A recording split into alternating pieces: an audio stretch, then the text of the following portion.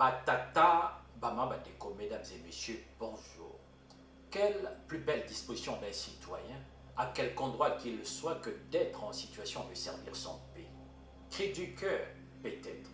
Exaltation de l'engagement citoyen, certainement. Désir et disposition affective de rendre à ceux qui ont contribué à notre épanouissement la monnaie de leur sacrifice et de leur dévouement et prendre sa part ainsi à l'essor national assurant. C'est en effet une élégance de vie qui s'inscrit dans une vertu de la reconnaissance à laquelle nous nous inclinons pour servir le pays. Nous sommes, quoi que nous pensions, le fruit des passeurs que sont nos parents, nos familles respectives et les pouvoirs publics dans leur ensemble, ainsi que tout le réseau des solidarités à l'échelle nationale. Quoi que nous en disions, nous en sommes rédevables et cela structure notre attachement au pays. L'histoire ici et ailleurs agit comme un rétroviseur qui permet de mieux avancer en évitant les écueils du passé. Alors, prenons-en de la graine.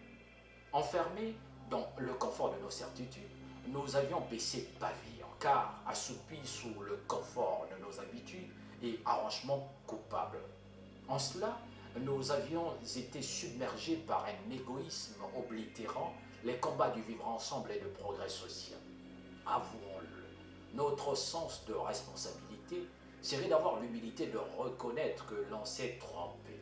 Rappelons toujours que le Congo est notre bien commun et nous en détenons respectivement, en tant que nous sommes Congolais, une parcelle de gratitude. Constat d'évidence.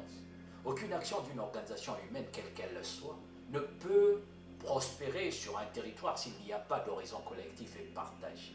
L'incertitude est l'ennemi premier de l'esprit d'entreprise. Alors, sortant des déterminismes qui rétrécissent et obscurcissent notre capacité d'agir et mettons-nous ensemble pour contribuer au développement socio-économique de notre pays.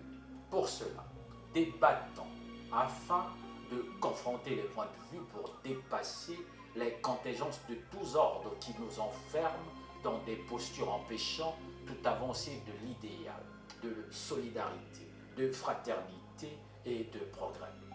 Dans ce monde de fait d'imprévisibilité de situation, où les certitudes viennent se fracasser constamment contre le mur des faits, qui eux sont incontestables mais souvent inattendus, l'humilité doit nous conduire à une ouverture d'esprit pour toujours rechercher un compromis.